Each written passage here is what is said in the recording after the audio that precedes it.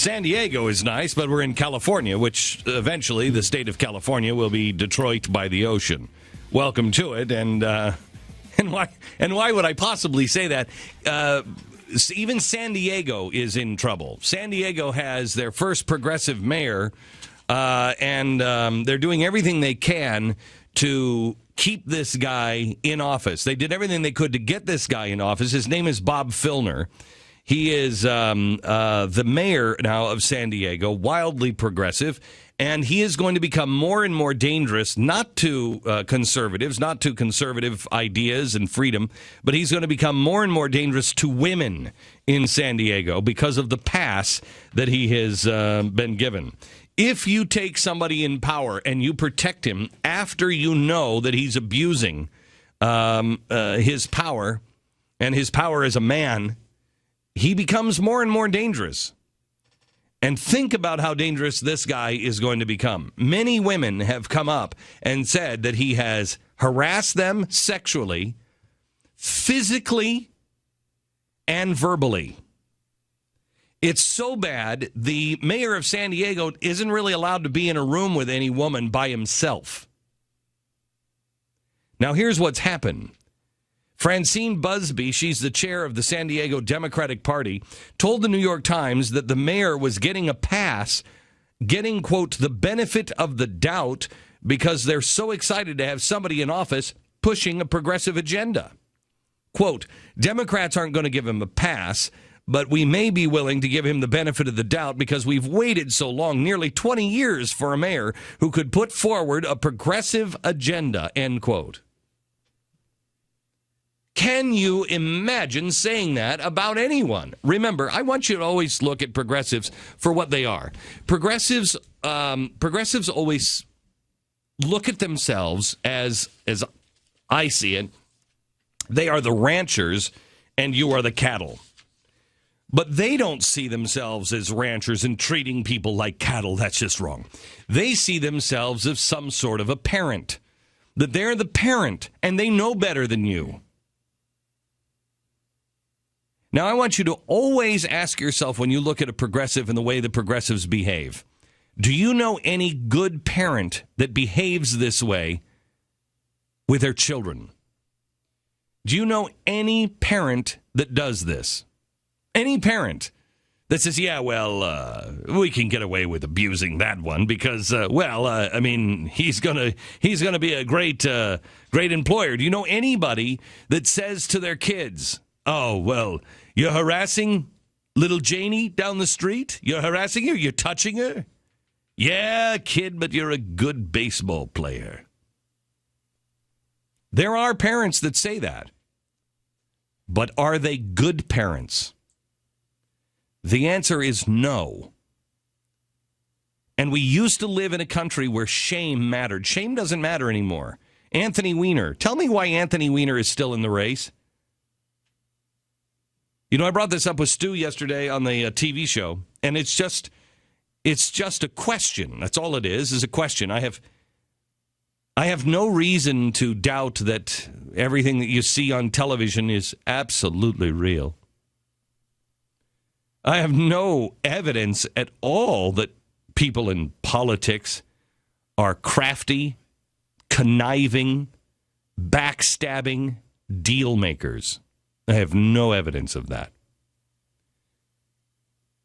Here's a guy in Anthony Weiner whose wife is the main aide to Hillary Clinton. Hillary Clinton, who's going to be the candidate in 2016 for the Democratic Party. Everything she does is watched and scrutinized. Bill Clinton, one of the most powerful voices, they say that Bill Clinton is the reason why this president is president again, because Bill Clinton got on stage and started to campaign for him again. They said that the first time, that the reason was as soon as Hillary turned and endorsed and the Clintons went on tour, things changed for him.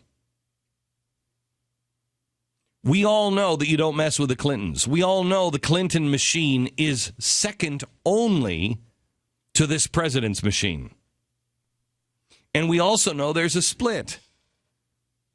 It's held together by tape and Band-Aids and super glue.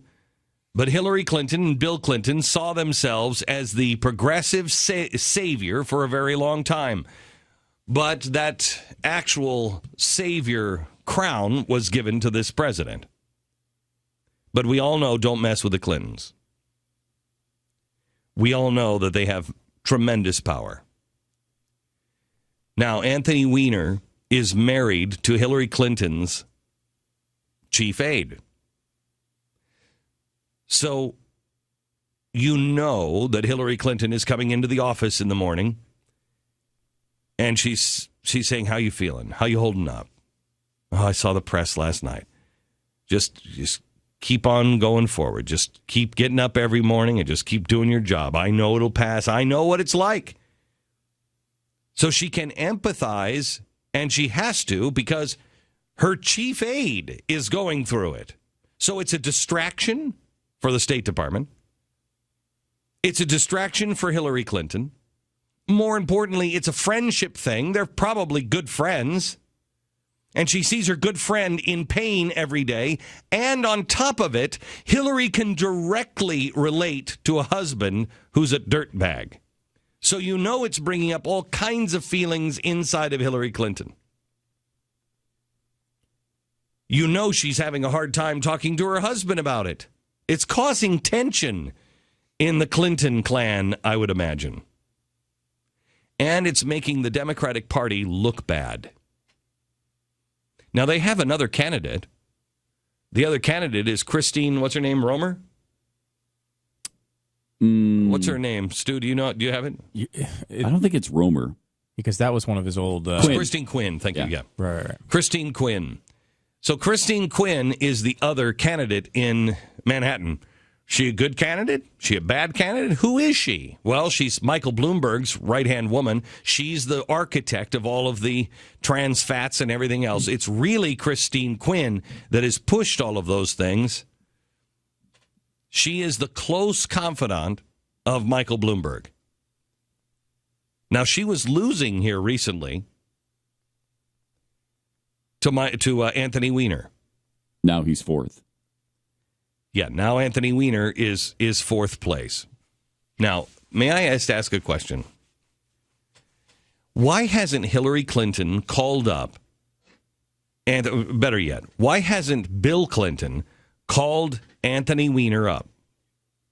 If the Democratic Party really wanted him out of the race because he was doing such damage, why wouldn't Bill Clinton call up Anthony Weiner and say, "Look, man, just drop out. Drop out. It's not worth it. I'll get you all the fat chicks you can shake a stick at. Right. You just drop out now, and then later on. See a picture of my stick? Later on. Okay, so he could have said, look, 2016, it's your year, and we'll back you. Yeah. Or 2018, or whatever. You run for Congress, you run for Senate. Your time is later. We're there. Mm-hmm. We're there. We'll back you. Okay.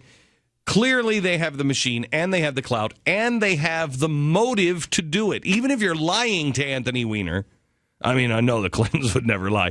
Even if you were lying to Anthony Weiner, you would do it for your friend. Look, man, who wouldn't do that if you're with a coworker and you have the power to make the pain stop? You're telling me that you don't call up and say, "Look, man, what are you doing? Come on, I don't want to get involved in your stuff." But you're hurting the company, or you're hurting, our church, or you're hurt, whatever it is. And more importantly, you're hurting your wife. Come on, knock it off. I'll help you later. Just back out of this. Give your family some respect. Makes a lot of sense. So why hasn't it happened? Why hasn't it happened? And if it has happened, why is she still with him? Because if you have your friends calling and saying, "Hey, knock it off, man. Knock it off. Don't you see?" Then why is she still with him?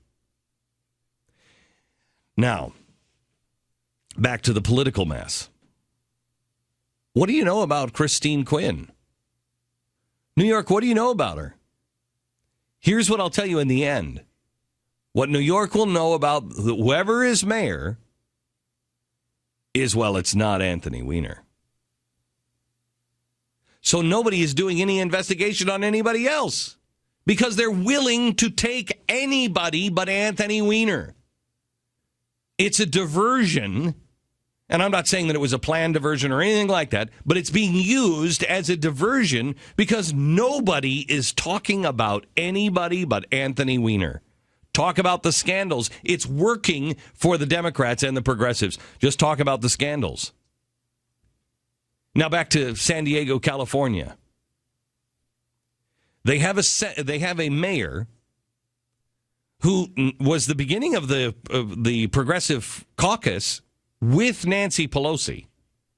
They're friends. The guy's a total dirtbag. The guy is physically abusing women. The Democratic Party, because they like their progressive policies better, more than people. They don't see people as an individual. They see people as the collective. Yes, some women have been abused by this guy. Yes. But his policies are going to be so good for the collective that you're going to have to break a few eggs. And so, yes, have a few women been harassed? Yes. Will a few women continue to be harassed? Yes.